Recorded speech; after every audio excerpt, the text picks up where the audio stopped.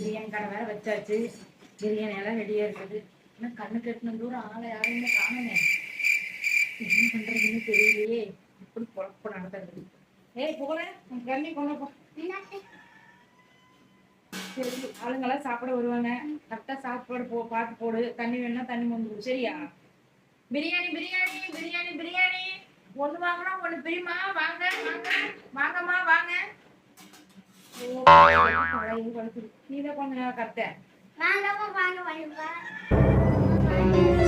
ஏ சாப்பிட்டு கொஞ்சம் வேகமா தான் கத்தேன்.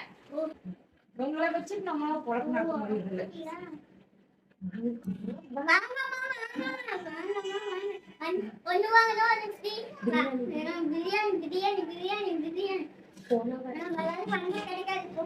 வாங்கம்மா வாங்க வாங்கம்மா வாங்க. உங்க அத்தை செய்ய பிரியாணி நல்லாவே இருக்காதுமா. இப்படி சொல்லிட்டு குழப்பம் நடத்துறது.